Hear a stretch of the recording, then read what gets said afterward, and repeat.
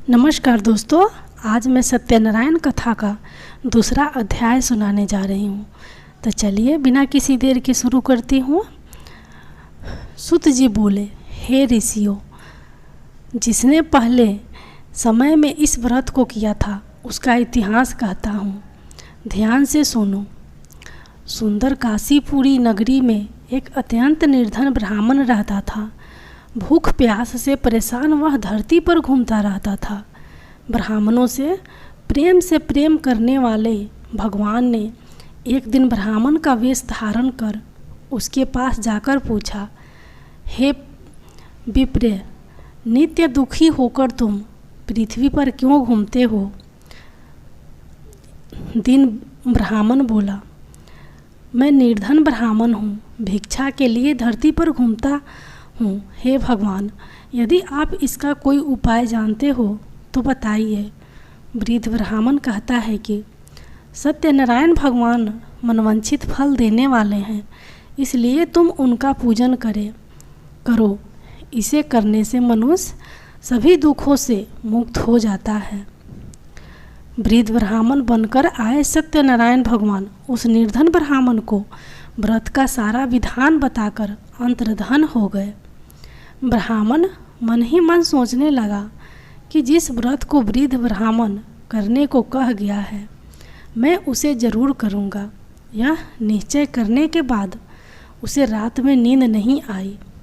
वह सवेरे उठकर सत्यनारायण भगवान के व्रत का निश्चय कर भिक्षा के लिए चला गया।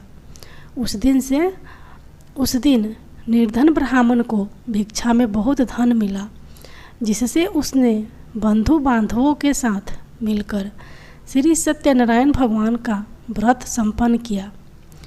भगवान सत्यनारायण का व्रत संपन्न करने के बाद वह निर्धन ब्राह्मण सभी दुखों से छूट गया और अनेक प्रकार की संपत्तियों से युक्त हो गया। उसी समय से यह ब्राह्मण हर माह इस व्रत को करने लगा। इस तरह से सत्यनारायण भगवान के व्रत को जो मनुष्य करेगा वह सभी प्रकार के पापों से छूटकर मोक्ष को प्राप्त होगा।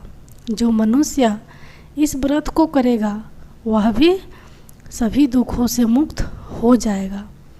सूत जी बोले कि इस तरह से नारद जी से नारायण जी का कहा हुआ श्री सत्यनारायण व्रत को मैंने तुमसे कहा।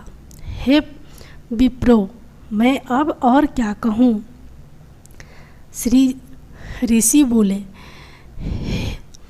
हे मुनिवर, संसार में उस विप्र से सुनकर और किस किस ने इस व्रत को किया, हम सब इस बात को सुनना चाहते हैं। इसके लिए हमारे मन में श्रद्धा का भाव है। सूत जी बोले, हे मुनियों, जिसने इस व्रत को किया है वह सब सुनो। एक समय वहीं विप्र धन व ऐश्वर्य के अनुसार अपने बंधु बांधवों के साथ इस व्रत को करने को तैयार हुआ। उसी समय एक लकड़ी बेचने वाला बूढ़ा आदमी आया और लकड़ियाँ बाहर रखकर अंदर ब्राह्मण के घर में गया।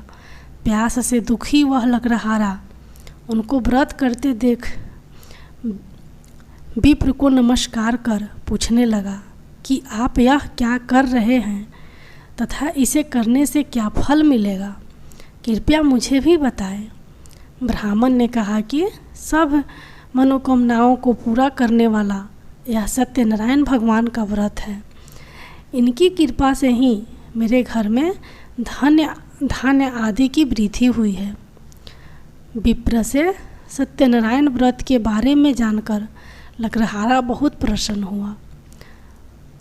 चरणामृत लेकर वह प्रसाद खाने के बाद वह अपने घर गया। लकड़हारे ने अपने मन में संकल्प किया कि आज लकड़ी बेचने से जो धन मिलेगा उसी से सत्यनारायण भगवान का उत्तम व्रत करूँगा। मन में इस विचार को ले बूढ़ा आदमी सिर पर लकड़ियाँ रख उस नगर में बेचने गया जहाँ धनी लोग ज़्यादा रहते थे। उस नगर में उसे अपनी लकड़ियों का दाम पहले से 4 गुना अधिक मिलता है। बूढ़ा प्रसन्नता के साथ दाम लेकर केले, शक्कर, घी, दूध, दही और गेहूं का आटा ले और सत्यनारायण भगवान के व्रत की अन्य सामग्रियां लेकर अपने घर गया।